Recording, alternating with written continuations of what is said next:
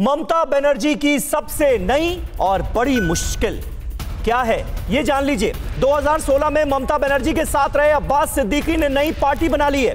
पीरजादा अब्बास सिद्दीकी ने नई पार्टी बना ली है। नाम क्या है इस पार्टी का? इंडियन सेकुलर फ्रंट, ये नाम है। अब्बासी ने पार्टी बनाते ही सबसे पहले ममता बनर्जी पर अटैक किया है और कहा है कि ममता बनर्जी ने मुझे धोखा दिया, काम नहीं किया, इसलिए अब वो डर रही हैं। आदमी का काम कोई पार्टी करे तो आदमी उसी पार्टी को सपोर्ट करेगा ना।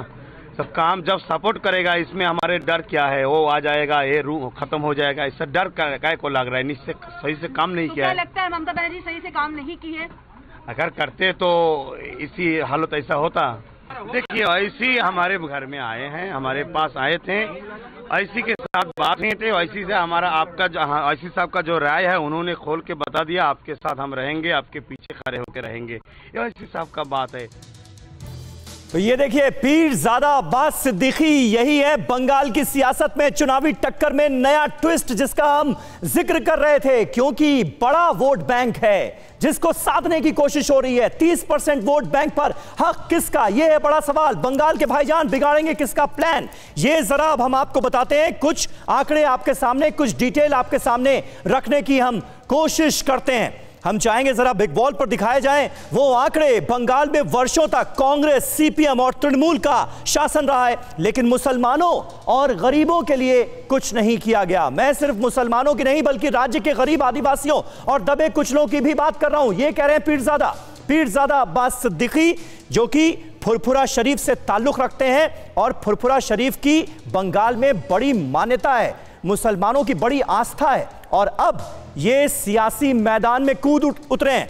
मुस्लिम वोट बटोरेंगे तो जीत जाएंगे। ममता के खिलाफ नया चक्रव्यूह तैयार होता हुआ नजर आ रहा है। पीरजादा अब्बास सिद्दीकी, जो कि याद कीजिए 2016 के पिछले विधानसभा चुनाव में ममता बनर्जी के साथ चट्टान की तरह खड़े थे, आज उनके खिलाफ हो गए, नई पार्टी बना ली है। पीरजादा अब्बास सिद्दीकी की ये चुनावी एंट्री ममता बनर्जी के लिए क्या मुश्किल साबित खड़ी करेगी इस बार? पश्चिम बंगाल चुनाव में नई पार्टी का इन्होंने ऐलान कर दिया है। 60 से 80 सीटों पर खेल बिगाड़ने की कुव्वत रखते हैं भाईजान। ये बंगाल के जो चुनावी पंडित हैं वो कयास लगा रहे हैं। फुरफुरा शरीफ दरगाह से जुड़े हैं पीरजादा सिद्दीकी, और इसलिए माना यह जा रहा है कि मुस्लिम वोट बैंक पर 30% जो कि है उस पर खासी पकड़ है इनकी। 10 सियासी दलों के साथ सिद्दीकी का गठबंधन होने जा रहा है। तो इस बार 30% वोट बैंक, जो कि ममता बनर्जी का वोट बैंक माना जाता है, उस पर अलग अलग पार्टियों की नजर है। और अब पीरजादा भी अपनी पार्टी बनाकर चुनावी मैदान में कूद पड़े हैं। ममता पर मुस्लिम वोट से खिलवाड़ का आरोप लगा रहे हैं, कह रहे हैं हमें धोखा दिया गया है। जो कहा गया था वो तो किया नहीं ममता बनर्जी ने। बंगाल में बीजेपी के बढ़ने के पीछे ममता बनर्जी को इन्होंने रीजन बताया है। कह रहे हैं ममता बनर्जी की नीतियां इसके लिए जिम्मेदार हैं और इसी वजह से बीजेपी बंगाल में आगे बढ़ रही है। ओवैसी के साथ सिद्दीकी की सबसे बड़ी गोलबंदी अब नजर आ रही है चुनावी मैदान में, क्योंकि याद कीजिए पीरजादा सिद्दीकी से जब असदुद्दीन ओवैसी ने मुलाकात की थी तो साफ कह दिया था कि इन्हीं के नेतृत्व में लड़ा जाएगा चुनाव।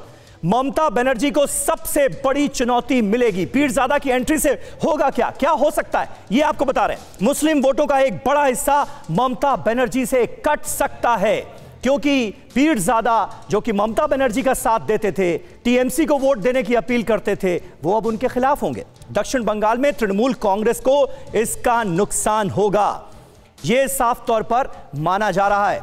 उत्तर बंगाल में कांग्रेस का जो वोट बैंक है उस पर भी असर पड़ सकता है।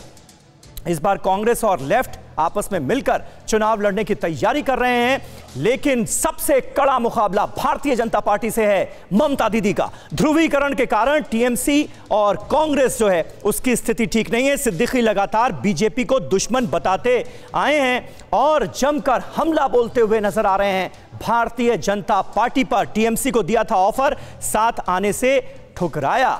तो कुल मिलाकर ये स्थितियां हैं। फिक्र आपकी, सोमवार से शुक्रवार रात 9 बजे सिर्फ TV9 भारतवर्ष पर।